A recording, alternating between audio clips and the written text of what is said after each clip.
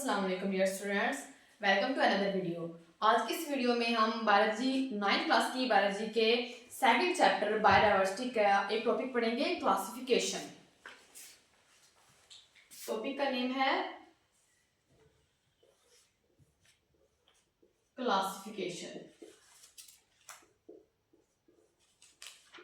तो हम बायोडायवर्सिटी के बारे में पढ़ रहे हैं, तो मतलब लिविंग ऑर्गेनिजम्स की क्लासिफिकेशन हम इसमें आज पढ़ेंगे।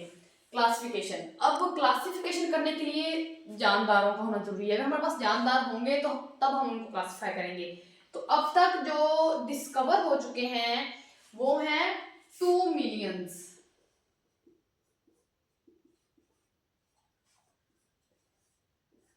Types of living organisms.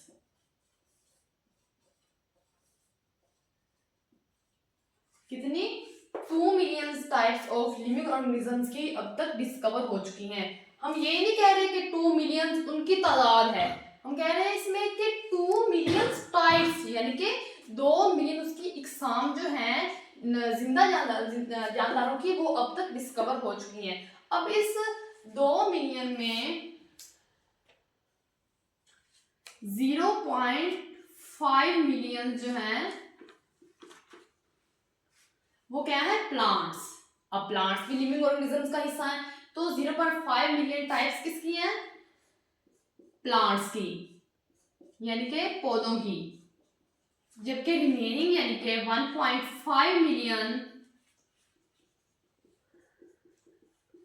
Types किसकी हैं, एनिमल्स की यानी कि जानवरों की।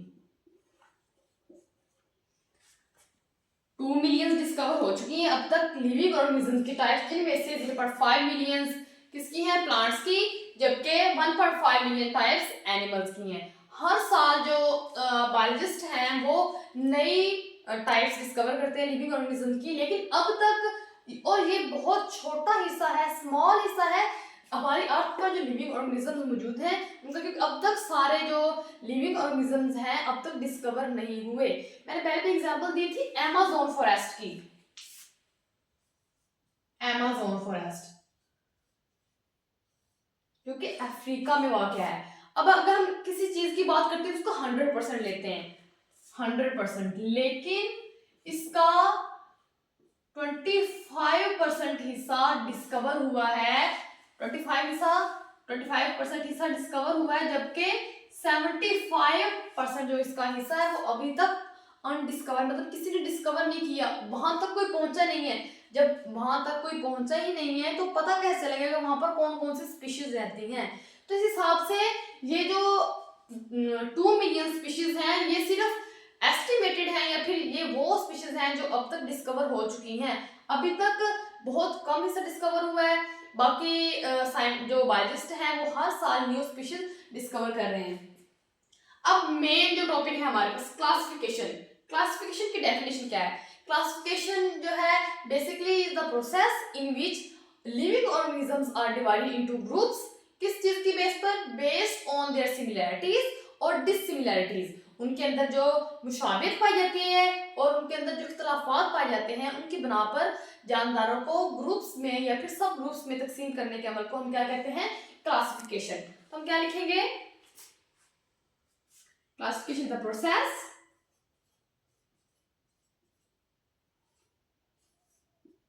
of dividing living organisms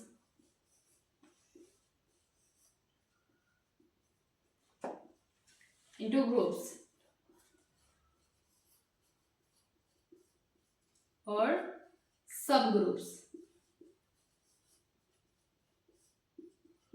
अब लिविंग ऑर्गेनिजम्स को ग्रुप्स और सब ग्रुप्स में हमने डिवाइड करना है।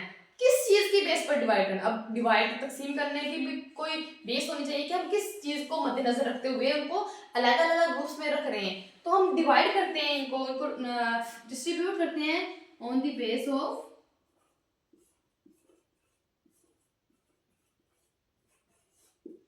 सिमिलैरिटीज, यानी कि इनमें कौन सी चीजें हैं जो एक दूसरे जैसी हैं, एंड डिससिमिलैरिटीज,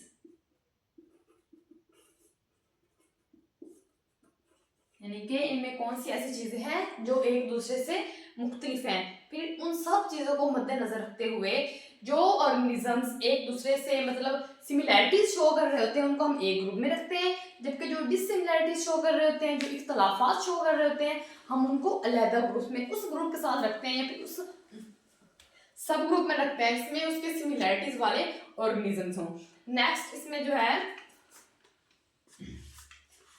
वो है AIIMS of classification, AIIMS and principles of classification, AIIMS and principles of classification के मकसद क्या होता है क्लासिफाई करने का, क्लासिफिकेशन करने का लिविंग ऑर्गेनिजम्स की। तो सबसे पहला जो मैंने पहले भी यहाँ पर बता दिया है कि सबसे पहला जो हमारा मकसद है, एम है, वो है सिमिलैरिटीज और डिससिमिलैरिटीज को डिटरमाइन करना। किसी भी लिविंग ऑर्गेनिज्म का एक दूसरे के साथ जो उनके आपस में मुशाबहत है या फिर इख्तलाफात है उनको डिटरमाइन करना। किस चीज के लिए? ताकि हमें उनको मतलब पहचानना, रिकॉग्नाइज करना आसान हो जाए। तो फर्स्ट जो इसमें है, इसका एम है to determine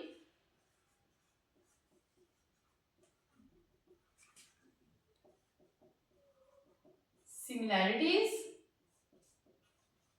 and differences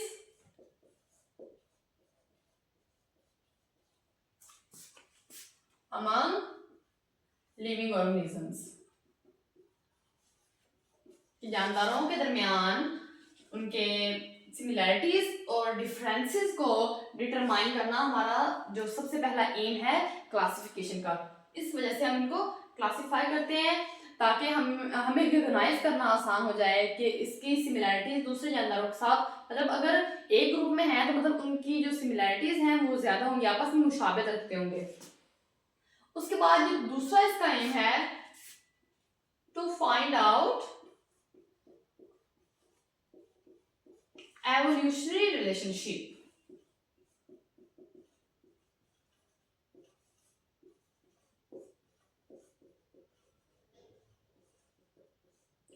to find out evolutionary relationship. अब एवोल्यूशनरी रिलेशनशिप क्या है कि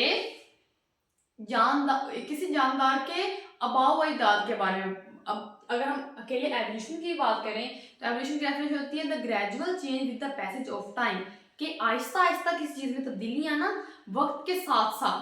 अब एवोल्यूशनरी रिलेशनशिप का मतलब है कि अगर हम किसी जानदार की बात कर रहे हैं तो उसके अबाव व इजाद क्या है, वो कौन से इरा में किस जानदार के साथ ताल्लुक रखता है, फिर या फिर अगर वो अब इस वक्त जानदार मौजूद है तो उसके जो अबाव इजाद हैं जो अब नहीं है। मतलब अगर हम बात कर रहे हैं ह्यूमन बींग्स की तो हमने पढ़ा है साइंस में कि वो बंदरों की टाइप से एवोल्यूट हुए हैं, एवोल्यूशन हुई है ह्यूमन बींग्स की।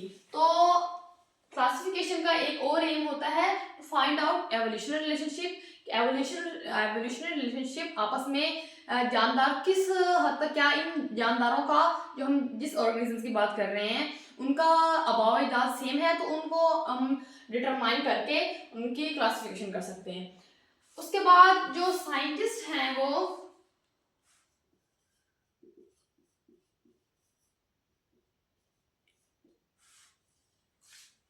क्लासिफाई करते हैं जानदारों को, मैंने पहले बताया सिमिलैरिटीज और डिससिमिलैरिटीज की बुनियाद पर, लेकिन वो अब जेनेटिक्स का यूज कर रहे हैं। जेनेटिक्स हम कहते हैं कि जीन्स या फिर जैसे यहाँ पर बात किया एवोल्यूशनरी रिलेशनशिप या उनके अबाव इजाद ऑफस्प्रिंग, असेंडेंट डिसेंडेंट, जीन्स के हवाले से मतलब उनका जेनेटिक मेकअप कैसा है उसके हवाले से अब जेनेटिक्स को यूज कर रहे हैं क्लासिफिकेशन करने में।